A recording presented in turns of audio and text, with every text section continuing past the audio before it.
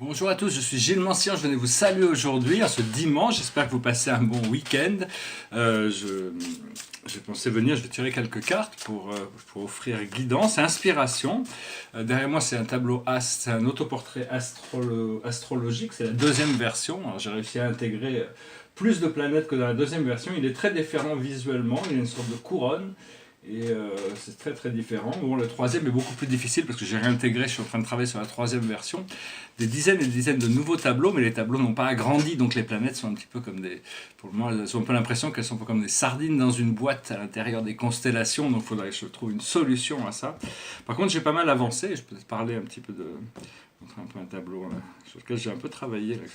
Alors, la plus haute sagesse pour nous aujourd'hui, c'est création, c'est la création, c'est notre création, la vie est notre création. On a créé l'univers pour évoluer, pour partager, pour vivre, pour jouir, pour trouver du bonheur, pour trouver connecter à l'amour, pour partager toutes ces choses du monde. Et donc c'est notre création, on a créé, il y a une loi universelle qu'on essaye de connaître, et au plus on la comprend, au mieux on est intégré dans la vie. Et donc il faut savoir qu'au plus on est au plus on connaît la loi, au plus on arrive à avoir de liberté à l'intérieur de cette création qui est consciente et subconsciente en même temps. Tant qu'on ne rentre pas en pleine conscience, à ce moment-là, on devient pleinement conscient de toutes les causes et les effets de notre vie. Ce que l'on doit savoir, comprendre, c'est le savoir. Ce que l'on doit comprendre, c'est le savoir, c'est la connaissance. Il faut obtenir cette connaissance du transcendantal pour être confortable à l'intérieur de petit à petit, intégrer toutes ces énergies. Et apprendre jour après jour, savoir que bon, la sagesse vient de la connaissance. Ce que l'on doit faire, c'est le bonheur. Il faut jouir de ce bonheur, il faut profiter du bonheur, il faut créer, il faut décider que le bonheur est la seule condition acceptable dans tous les moments de notre vie. Même quand il y a quelque chose qui ne se passe pas exactement comme on l'a pensé, on se cogne quelque part, il faut demander, si on se cogne dans une porte, dites merci à la porte de m'avoir préféré prendre conscience de quelque chose.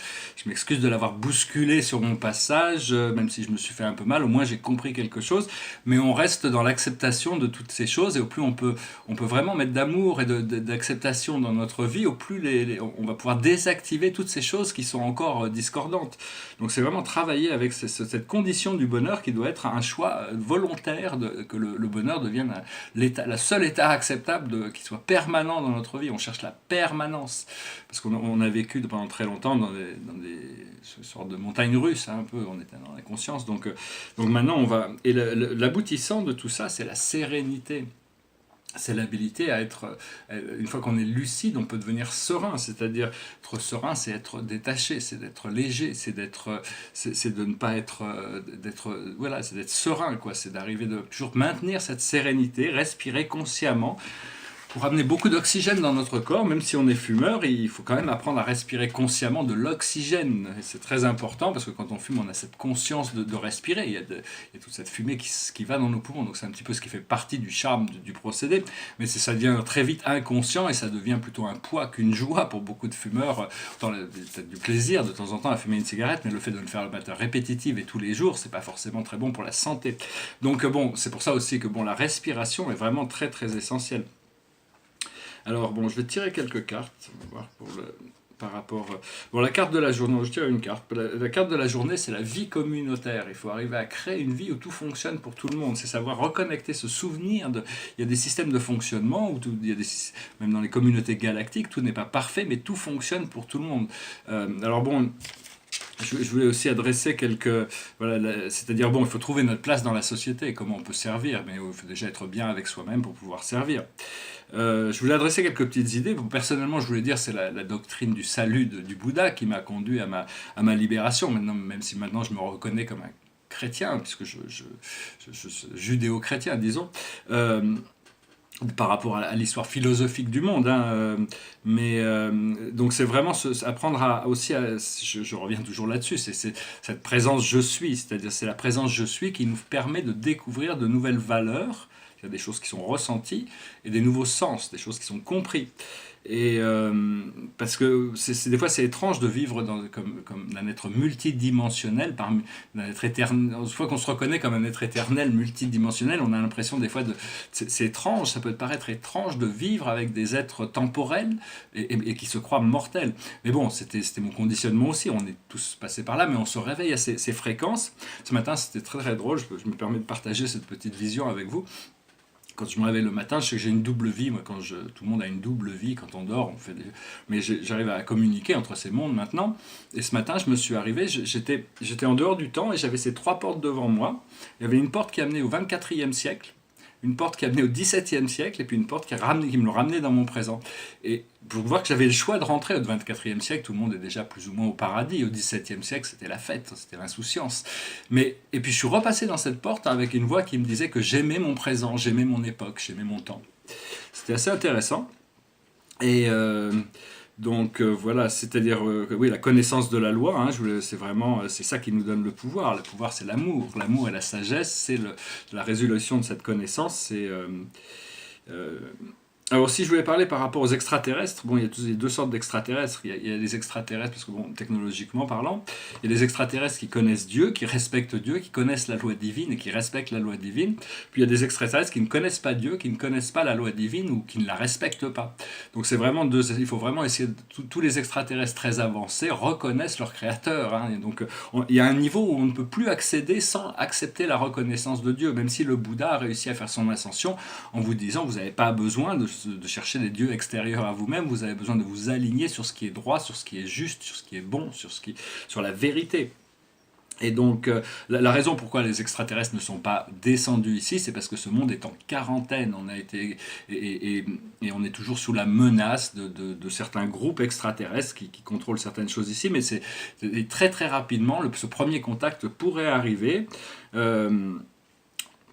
Et donc, voilà, hein, donc parce qu'il y a deux lignes temporelles essentielles. Il y a des gens qui vont partir sur une ligne temporelle qui entretiennent des fantaisies de calamité, de terreur, d'apocalypse. Tous ces gens-là risquent d'aller dans une ligne temporelle qui va les conduire à leur destinée orwellienne. Hein. Mais tous ceux qui choisissent l'âge d'or, il y a cette opportunité pour choisir cette ligne temporelle où tous ceux qui sont prêts à le faire peuvent bouger vers le paradis. Donc c'est vraiment un moment très important. Il faut choisir le bonheur, il faut choisir la joie, il faut choisir l'amour, il faut choisir l'inclusion, il faut choisir la sagesse le plus possible. Donc voilà, je vais peut-être finir avec une chanson, j'ai pas trop prévu, mais c'est une chanson de gospel, c'est une chanson folklorique américaine. Tout le monde la connaît, très connue, it goes like this. Mine eyes have seen the glory of the coming of the Lord. He is trampling out the vantage where the grapes of wrath are stored. He has lost the faithful lighting of his terrible sweet sword. His truth is marching on. Glory, glory, hallelujah. Glory, glory, hallelujah. Glory, glory, hallelujah. His truth is marching on. In the beauty of the lilies, Christ was born across the sea, with a glory in his bosom that transfigures you and me. As he died to make man holy, let us live to make man free, as truth is marching on. Glory, glory, hallelujah. Glory, glory, hallelujah. Glory, glory, hallelujah. His truth is marching on. Merci beaucoup pour rester jusqu'à la fin. C'est une chanson qui parle de la vérité, la lumière du Christ qui est en train de marcher et de progresser, que rien ne peut l'arrêter. C'est une force. Parce que il faut savoir que tous ces êtres divins, qui se sont incarnés, ne sont que des messagers de cette grande lumière dont on vient tous et on doit tous retourner. Voilà, je vous souhaite un bon voyage d'exploration de votre âme, de votre esprit, et dans ces jours qui viennent, toutes sortes de transformations se préparent. Donc voilà, préparons-nous et profitons-en en attendant. Merci beaucoup, namasté.